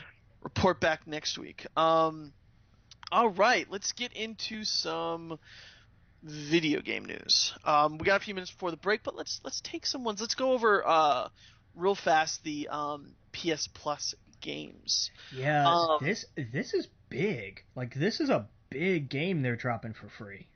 Yeah, definitely. We got NBA 2K16. Yeah. Yeah, I was hoping it was the WWE 2K16 because I want to play that. Well, I'm sure I imagine it's probably cheap by now. It was on sale actually the other day, and I was thinking about getting it. And I don't know why I hesitated. I should have bought it. It had like the whole package for like $35. It's good. The new WWE games have been good. Like they have been. They're not some of the old SmackDown games good. They're not like I'm sorry. Here Comes the Pain will forever be the best WWE game ever. A lot of people say No Mercy, and I will fight them because they're wrong. But well, I see. I figured it's so close to 17. It's in a month or two. A couple months, yeah. Might as well hold off. I figured I'll drop the 60 on the new one. Yeah. And do that and get Goldberg, I guess, out of it. Yeah, and the roster apparently is going to be just absolutely massive. Yeah. Yeah. So it's got a lot of old and new. It has everything. Yeah. Yeah, well, because like they always bring in some legends. Like there's always, you're always gonna have like Jake the Snake Roberts and Stone Cold and like old school Undertaker and The Rock. Yeah. Yeah. I imagine like all of the Attitude Era, most of are gonna be there. Most of the old legends, and probably still have Sting in it. I imagine. Yeah. Since he did the deal. Yeah. And now Goldberg. So like, I guess you didn't have Goldberg in this one, did you? No. Right. So that'd be cool. Bret Hart probably, I imagine. Yeah, they do a lot of legends probably like that. Not Cody Rhodes though, huh? Probably not him. Well, Kurt Angle. It depends. Well, there won't be any Kurt Angle, that's for sure. But I don't know about Stardust because that depends on when this game was made. Like him and Ryback, there may be Ryback still in this game, even though he's not going to be with the company after like the next couple weeks, I think. So Ryback's officially out. Pretty much, like they sent him home, and now I think it's just like it's kind of like what happened with Punk, where it was like he's not actually done yet, but like we're just having him go away until his contract runs out, kind of thing. Oh man, what do you do after all that time with wrestling? Like that had been your entire life. You go to work for new Northeast wrestling, I guess. Oh man, that's just crazy. Well, and I mean, you've got promotion. You've got like Ring of Honor is still big. Like Ring of Honor is good. TNA is getting ready to go bankrupt, but that's unfortunate because they used to be really awesome. They really did. TNA was their biggest competitor, right? Well, but I mean that was a low bar. Still, right. Like nothing ever came anywhere near close to WCW. Like not by thousands of miles. It would take a lot of money, right? Well, that was why WCW was able to compete, because Ted Turner was worth billions of dollars. Right. I mean, it's just a different time. Back then, it was so big. Everyone watched wrestling as a kid. Everyone, boy, girl. Now it's not like that. Well, I don't quite agree with that though. I think you don't think so? I think it's even bigger now, and I think part of that is because there's only one company basically. I don't know. It always seemed bigger as a kid. Like I don't know. I don't see kids walking around with, John Cena merchandise. John Cena shirts or anything like that. John Cena merchandise everywhere. I was going through old pictures and I was like, oh, I got a Wolfpack shirt one year, NWO. Yeah. And a Diamond Dallas Page shirt. I was like, that's awesome. That's child abuse. I don't see kids with it these days. But anyway, we'll get back. We got more to talk about on We Geek Podcast on the N.FM, and we'll see you guys all in a minute. Welcome back to We Geek Podcast on the N.FM, and we got a lot more video game news to talk about. Yeah, we ought to finish that PS Plus list. Yes. So the first game is NBA 2K16 for the PlayStation 4. Well, now I have no excuse not to play it. Yes, exactly. Like, my thing was always like, I would try this, but you'd have to sink a lot of time into it, and I just don't want to pay for it. Well, now I don't have to. Okay. I'm going to download it, and just so when my buddies come over that don't play PlayStation, and there's always like, hey, you got Madden? You got NBA? Like, they're into those kind of games. Yeah. I'll have that there. It's like, hey, guys, have at it. There you go. Play some NBA 2K16. I don't know anything about basketball. I know who's in the playoffs. It's San Francisco and it's Warriors and the Cavs. Yeah. Warriors and the Cavs, right? I'm probably gonna go for the Warriors because I don't like LeBron James. But I don't know who's the underdog. I don't know. I don't follow basketball. I don't either. I guess the underdogs would be the Cavs because I think the Warriors have a better. Well, because the Warriors are defending champs. And I think they have like a better record than like the Bulls did, right? Something like that. Run. Yeah. Oh, this is not called the NBA podcast for a reason. No, it's not. People are screaming at home. All right, so anyway. No, let's talk about how my Pens are doing in the NHL playoffs. Yeah, no, my grandfather's too. That's the hockey team I follow as well, but I don't follow hockey. So I need to get into it. Yeah, no, that's where you could call me bandwagon. Like I got upset with that about the Panthers because I have always been a Panthers fan. But I don't know about that. I thought you were a Steelers fan. I was a Steelers fan. I'm a Steelers fan and a Panthers fan. I'm allowed to have I'm allowed to have one in each conference. All right, back off. No, we will agree to disagree with that. Fair enough. Yeah, no, I told my grandfather a while ago. I was like, since I'm not a Steelers fan. I'm a Packers fan. I was like, okay. For baseball, I'll go Pittsburgh. For hockey, I'll go Pittsburgh. But for the other sports, I'm just not. So yeah, So anytime we watch baseball, I'm definitely always rooting for the Pirates and whatnot. But yeah, I mean, the sport that I'm really into really is football. The rest I occasionally watch, so I'm not that into it, especially basketball. I watch the finals like everyone else, but that's it. Pretty much, yeah. Yeah, whoever wins, I could care less.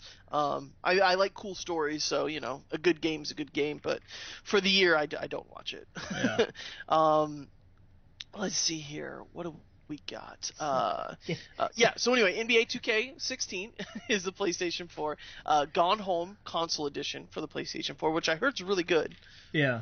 But it's one of those games that I could never want to pay for because it's like a walking simulator. So well, now you don't have to. Right. Echo Chrome for PlayStation 3, which I never played. I liked Echo Chrome. Yeah, I heard it was good. Yeah. Siren Blood Curse episodes 1 through 12 for the PlayStation 3. Okay. Like I never played it, but I heard mixed things if I remember right. But Yeah. like there was nothing really bad. It was like this is really good. This is kind of good. Well, this is okay. And like that was kind of as bad as I heard. Hmm. Yeah, no, I've never played it. We got God of War, Chains of Olympus for the PlayStation Vita, which basically now means if you've done it last month and this month, you have all the God of War collection on Vita. That's it. Yep. And we got Little Deviants for the PlayStation Vita. That's what I'm not familiar with. Yeah, I don't know. It's like these little guys that roll around or something like that. Okay. I'm gonna download it and probably then delete it just so I have it in my library. Right. Because the Vita, I don't. Unlike my PlayStation, my Vita has no space. I think it has 16 gigabytes. So, I play some games on it, but these little ones I'll download just so I have it as part of my, library. Yeah. If I ever want to later, like, what do I want to play? I have it there. But yeah, so those are the games. I don't know the Xbox games. I haven't seen them. Right. I don't think they have been. Well, because let's see here. Like here we go. Are they first of the month or are they later? You're right. I don't. Xbox Live Gold members, we downloaded the Goat Simulator is their game and The Crew. Okay. So yeah, I guess that's a shitty few games. The Goat Simulator. But here's the thing. Goat Simulator was one of those that like people jumped on because they were like, "This is ridiculous," and like it's become one of those kind of games. Goat Simulator is how do I get views on YouTube game. Exactly. And that's not a game of the month game. Not when we're getting fucking NBA 2K16. Right? Like that's embarrassing. Yeah. Oh man, but I'm sure it's been flipped a bunch of times. Xbox has gotten a great game where we're sitting with like shit. Yeah. So it's okay. I'm sure next month Xbox is gonna blow it away with like the Halo collection or something crazy. Yeah, right. Yeah, but we'll see. So anyway, I want to talk about No Man's Sky for a moment. I saw that it was delayed. They delayed it to August 9th. It was supposed to come out this month, later this month, but it's delayed like a week or two? Wait, what? No Man's Sky. It got delayed a month and a half.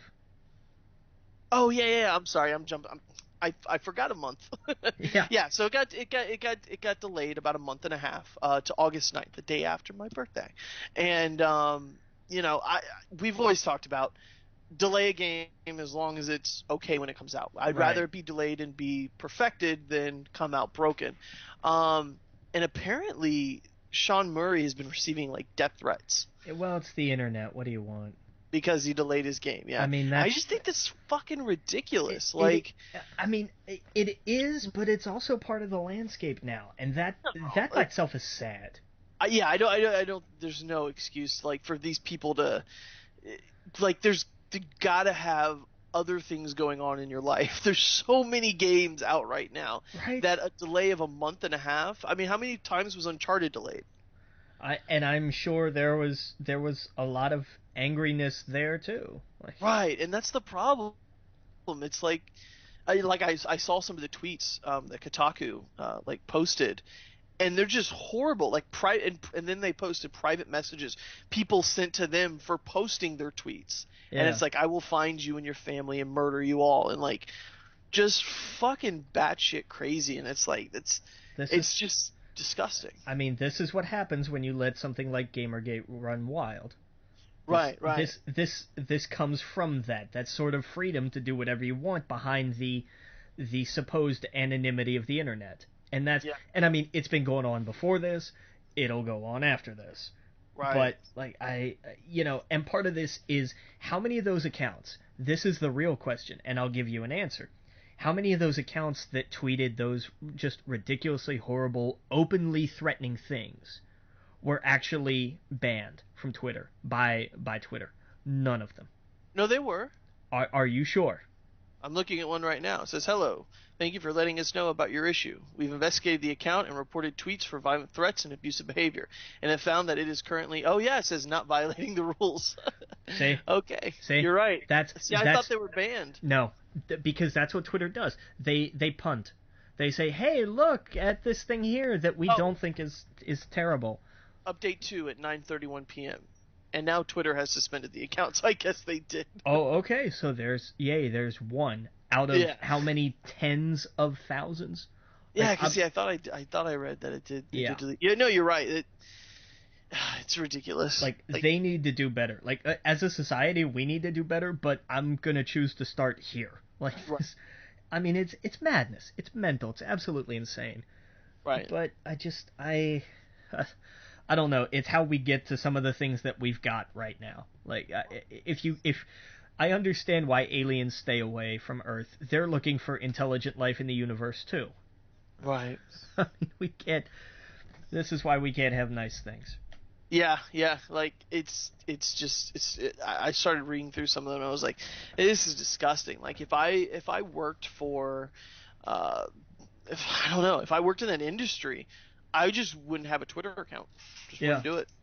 Like that's too much. It's too much negativity, and it's just uncalled for. Like it's disgusting. It really is. Like do something else. Like I love video games as much as the next person, but holy shit! Even if they canceled it, there's no reason to get up in arms. Like fucking play Doom or something. Like there's so many other better games.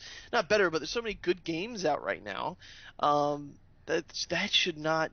I think that also that game is so hyped right now.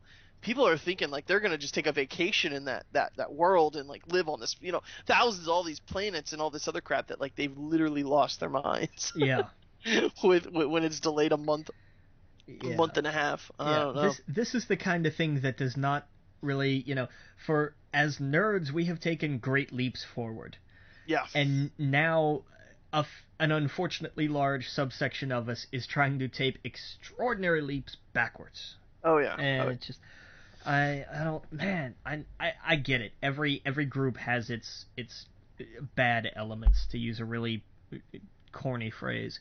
Right. But I mean this gotta stop.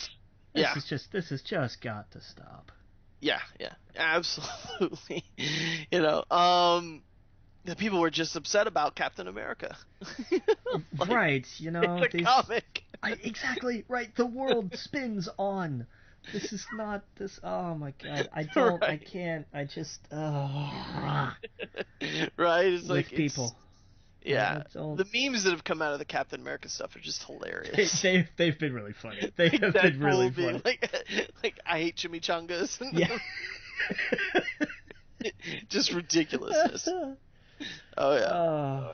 But yeah, so people, yay for the human race. Yeah, exactly. All right, so let's see. We got some Xbox One news. Console price drops to $299. Timing of price drop shortly before E3 reignites rumors of new hardware announcement. Well, it's that whole thing. It's like they're trying to move product. And it could be for two reasons. One, because they're still getting their ass kicked on the sales charts. Right. Or two, they're trying to push the old models out so that we can get the new model. It could go either way. We'll see. Well, we heard last week that or maybe we heard about it and I didn't talk about it, but what's heavily rumored and has been confirmed by multiple sources within the industry was that they are doing their slim model this year, and next year they are doing their Xbox 1.5 basically. And apparently the 1.5, the next model, is going to be as powerful enough to be able to do VR.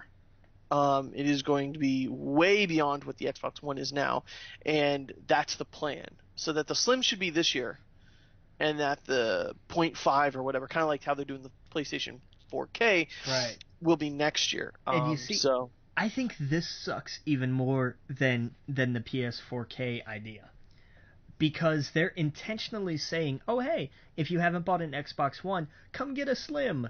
And then a year later be like, hey, all of you that traded in for a Slim or just came for a Slim, your console's completely outdated now. You have to come do this.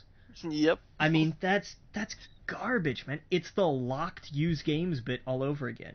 I mean, Yep. I'm still not crazy about the PS4K, but I mean where that might have been a slap in the face, like this is just somebody hitting you with a shovel. Well, just do Xbox 4K. Don't do the Slim. Don't do exactly. Don't do this. Come out and say, look, here was an idea we had, but we decided this was a terrible, crappy business idea. So next year there's going to be an Xbox, whatever they want to call it. Mm-hmm.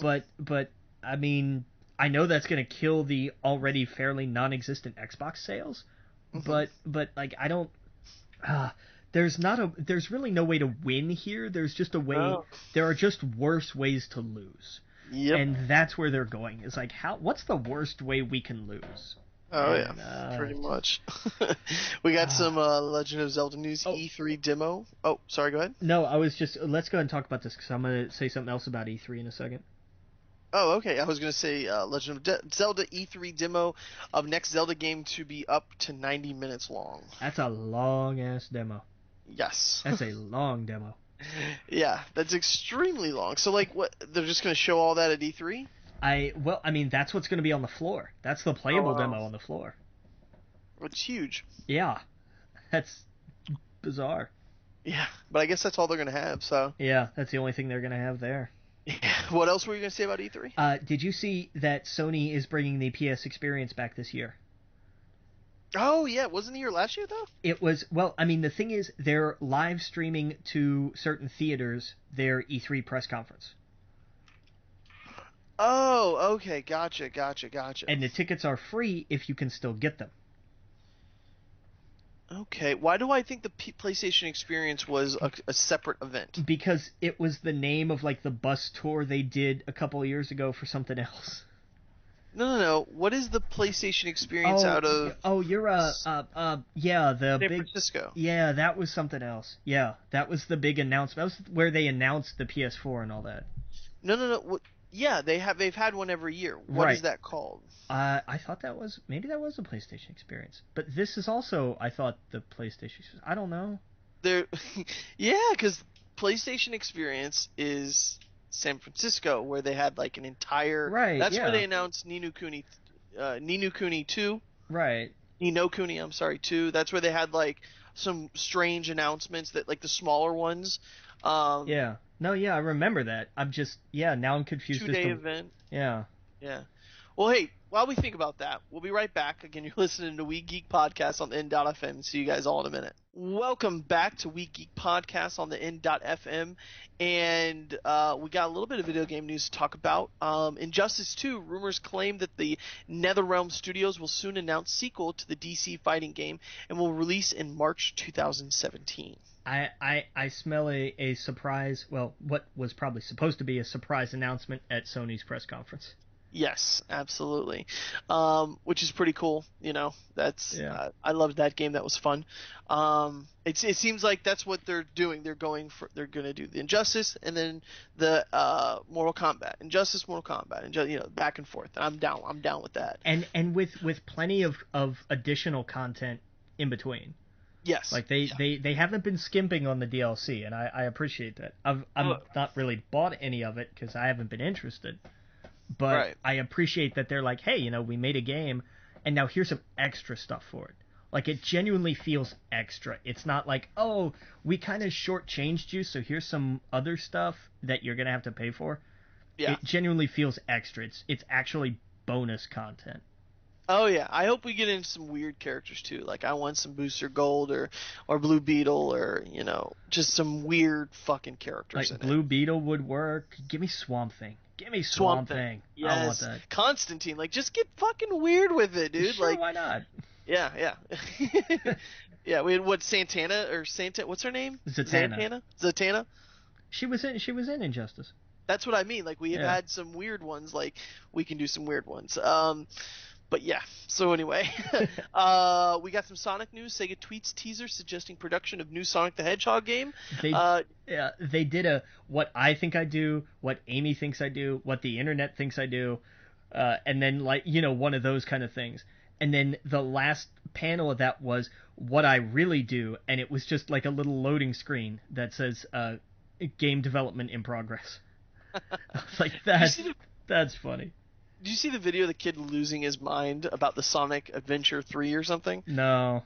This little kid, he kept saying frickety frick frick frick, you frickety frick frick, like this, like he must have been 9 years old. He had a Mario backpack on, and he was just embarrassing himself on it, talking about how the internet wants Sonic Adventure 3 and how they frickety freaks don't. He does. I guess he's not allowed to cuss, so I don't know. It was funny. But anyway, we got Batman Arkham Knight news leaked posting reveals. Game of the Year edition to be released in July. Hooray, just in time. You can spend $60 on that and then $60 on the remastered version of the 2 previous games. Yeah, exactly. They should have just did a whole bundle of it. Right, give me a $60 all 3 Game of the Year bundle. And that would have sold like crazy. I would totally buy that. I played the hell out of all 3 of those games. I would have bought that. Yep, and then you can do DLC Origins. We got Payday developer Starbreeze purchased franchise rights from 505 Games to produce Payday 3. Yay! And this is another one where they will still be doing content for Payday 2. Oh yeah. Yeah. Like that money makes hand over fist for big them. time. Yeah, so Dead Island 2 game Steam page disappears, prompting rumors of cancellation. Developer Deep Silver says the game is still in development with Sumo Digital. Yeah, this has just been one trouble. Like, this has been the Pacific Rim 2 of video games.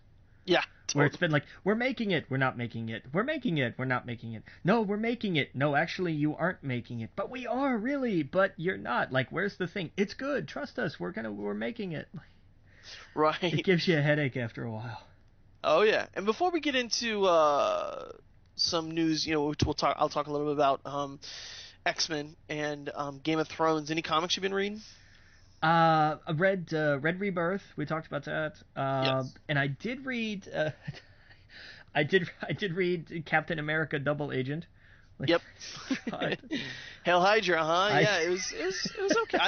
I thought the comic was pretty lame, and I knew going into it that it was all set up for that last page. Yeah, you could see it coming. Like, yeah. I don't know. Well, I mean, that's like, and here's the thing. Like, I didn't read any of whatever the last Avengers crossover was. Right. So, like, I'm a little behind on, like, how he got his groove back and everything. Oh, so. The Cosmic Cube became a entity, a girl, made all of these supervillains. Basically, instead of creating a prison, they create a prison in their mind. Basically, they use this Cosmic Cube that became a little girl. They basically made all of these villains think that they lived all these ordinary lives. Oh, like, I remember this story from something that completely escapes me at the moment, but yeah. And Zemo, he was the handyman on the street. It was Pleasantville or something like that, basically. And Zemo discovered that they are not in Pleasantville, that it is something fucking with their head, and he escapes, does all this shit. She realizes what she's like, doing this bad thing. They're all there to hurt her, blah blah blah blah blah. She turns Captain America back from being an old man to a young man again.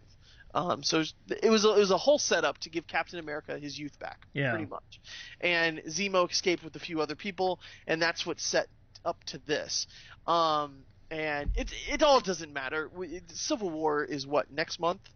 Just like Rebirth. That's what everyone's going to be talking about. This was just because Rebirth 1 came out. Marvel needed to throw something and go, hey, while all you guys thought you'd be talking about Rebirth this week, guess what? He's a fucking Nazi. Right. Yeah. That's what they did. Yeah. So, and the internet reaction was just fantastic. The memes have been hysterical. They really have. Yeah, and most people, content creators like Kevin Smith and stuff, were like, that would never last, but okay. And then some people lost their minds thinking, not my Captain America. The memes have been great where, like, it's Homer Simpson with the Team Cap shirt going back into the bushes and coming out with Team Iron Man. Like, it's perfect. So, man. It's the internet and it's memes, and dude, next month I can't wait, man. We're gonna have Civil War 2, and we're gonna have all these Rebirth comics to talk about, and I couldn't be more excited about both companies right now. Yeah, it's a good time.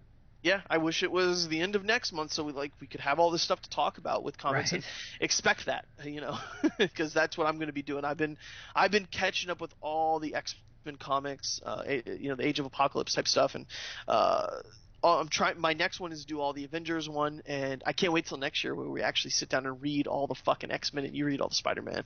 Yeah, that's gonna be something. Yeah, I might get a head start. Who knows? I don't know, but I can't fucking wait. Oh, that's right. We got to pick a book this week. Yeah, I did, like I went looking through my list and like I couldn't really decide on anything. Um, so what I'm going to do is I'm going to open. I had this list of just like I have a list of like top sci-fi books and whatnot, and I'm going to look at one and I'm going to say we're going to read a book called Among Others by Okay. Joe Walton. I don't know what it's about, but it was on a bunch of different lists, and so I put it on mine, and I opened the list, and that was the one I saw. So Okay. that was how I Cool. picked that. All right, I jotted it down. There we go. Perfect. All right. So that's the book for next month. So we got just a few minutes. What'd you think of Game of Thrones? Awesome. I Yes. love. Look, man, the design on the interior of the dragon's mouth. Like, come on, that's just fantastic work. That's crazy. They've got such a long way since the first season. No kidding. Yeah. And the way like Khaleesi just demands your attention. Yeah, she's done being like, I think this loss at Marine, like how she got played and she got beat bad at this game, and now she's like, you know what, fine, I'm not gonna play the game. I'm just going to take. That's it. This game over. Like, this is mine. It all belongs to me. I'm gonna take it. Period. Plain and simple. Like. Oh yeah, I can't wait to see what this season has just been firing on all cylinders. We finally got to see Bran's uncle. I forget his name. Benjen. Yes, he's been gone for fucking 5 seasons now. Yep. Yeah, so we finally saw that. What's his name? Is it Genki? Not Genki. What's his name? No, Sam. Sam. That's it. We got to see what happened with him. Yeah. We got to see him get one of those Valerian steel swords. Yeah. Right, Valerian steel sword.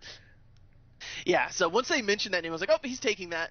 Yeah, and I like that. Sam's stepping up and being like, no, you know what? Same kind of thing. Like, I'm done being bullied and bossed. This is mine. This is my right. This is my world. I'm going to take my place in it. Exactly. And I like how he walked back in the room. He said, no, your place is next to me. Yeah, I'm not doing this. That was a great way to do that. He was like, fine, bye. And then like 10 seconds later, nope, screw it. Not doing that. Yep, exactly. I thought it was perfect.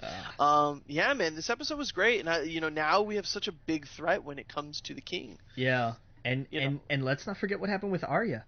Like, again, the same kind of thing. Nope, you know what? I'm not letting people decide who I am. I'm gonna be me. She's a girl is now Arya Stark for real this time. Like, it's. Yeah, and I'm glad. I'm so tired of that whatever the fuck she's doing over there with that stuff. Yeah. Yeah, I can't wait till she gets back to the mainland, and I'm sure that's all going to come back to haunt her, because it's Game of Thrones. Well, probably in this week's episode. Yes, I didn't see like what happens next week or anything, so I should have. I need to start watching like behind the scenes that they show afterwards, because that stuff's really cool. Oh, the After the Thrones or whatever. Yeah, I think that's really cool. Like, I heard that the last one's good. But anyway, we got to go. Again, you're listening to We Geek Podcast on the N.FM. Check out our Facebook group, our Twitter. Our email is wegeekpodcast@gmail.com. Twitter is @wegeekpodcast, @the Logan Witt, @Adam Estep. And we'll see you guys all next week. Captain? Captain.